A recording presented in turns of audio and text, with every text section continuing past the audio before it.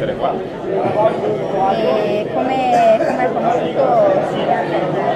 Dunque, diciamo che da un paio d'anni a questa parte, oltre al centro documentazione del quale ho la responsabilità da diversi anni, mi è stato chiesto di occuparmi anche del coordinamento di tutti i club Alfa Romeo del mondo. E quindi ho cominciato a entrare in contatto con queste realtà che sono diffusissime a livello sia nazionale che internazionale, e questa tappa con Stella Alfa Romeo ormai è diventato un classico, perché veramente questi ragazzi meritano tutto il supporto possibile.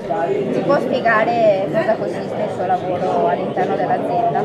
È duplice, come dicevo. Intanto gestiamo tutta la parte storica della documentazione dell'azienda e forniamo assistenza ai collezionisti di tutto il mondo, anzi partendo dai collezionisti arrivando poi ai giornalisti, tutti quelli comunque che devono lavorare con la nostra cultura.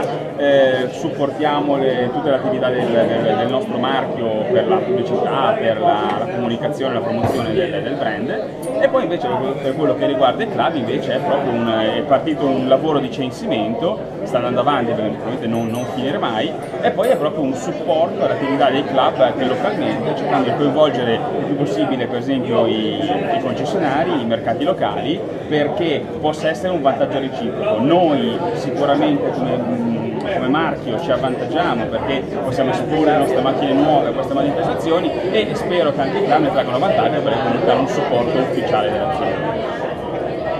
Ci risulta che in questo anno ha incontrato quelli di stile in giro per l'Europa e per l'Italia, ce lo conferma? Sì, sicuramente, sono una potenza. È molto bello vedere come quelli di stile si approcciano agli altri club. Loro sono sempre presenti in altre manifestazioni non organizzate direttamente da loro, proprio perché hanno forte questo anelito a condividere la passione e la cultura della nostra azienda.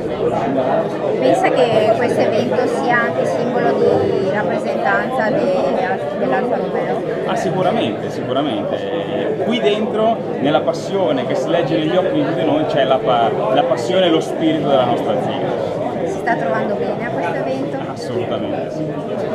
Vuole lasciare un messaggio per quelli di stile? Avanti così.